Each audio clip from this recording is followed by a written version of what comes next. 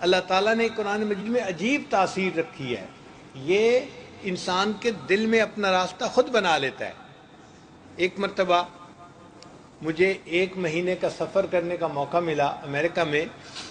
مصر کے مشہور قاری تھے عبد الباسط عبد الصمد، بہت اچھا قرآن پاک پڑھتے تھے۔ آپ کبھی ان کی تلاوت سنیں تو آپ حیران ہو جائیں گے کہ کتنا اچھا قرآن پاک پڑھتے تھے۔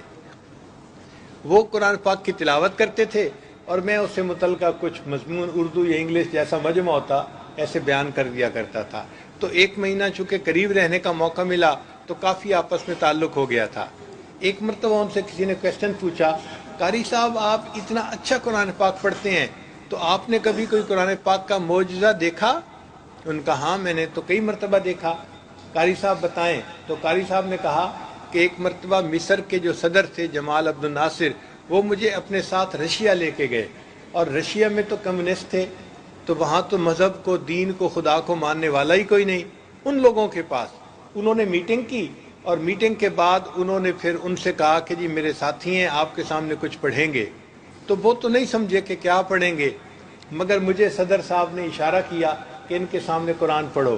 قاری صاحب کہتے ہیں میں نے ان کے سامنے قرآن پاک پڑھنا شروع کیا۔ جب میں نے قرآن پاک کا رکوع مکمل کیا تو میں نے دیکھا کہ 5-6 بندے جو سامنے بیٹھے تھے وہ آنسوؤں سے رو رہے تھے۔ وہ لوگ جو خدا کو نہیں مانتے، جو قرآن کو نہیں مانتے، جو دین کو نہیں مانتے، ان کے دلوں پہ بھی اثر ہو رہا تھا۔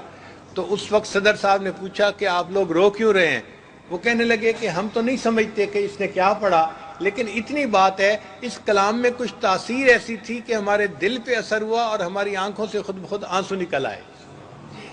جو خدا کے وجود کو نہیں مانتے، اگر ان کے دل پہ قرآن اثر ڈال دیتا ہے تو جو اللہ کو مانتے ہوں، ایمان والے لوگ ہوں، ان کے دلوں پہ کیا اثر ہوتا ہوگا۔ آپ دیکھیے دریاؤں کا راستہ کوئی نہیں بناتا، دریا اپنا راستہ خود بنا لیا کرتے ہیں۔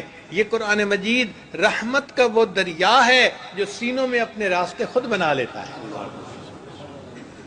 دل پہ اثر کرتا ہے بندے کے۔ قرآن عظیم الشان، اللہ کا فرمان، اس لیے ہمیں چاہیے کہ ہم اس کو پڑھیں، اس کو سمجھیں۔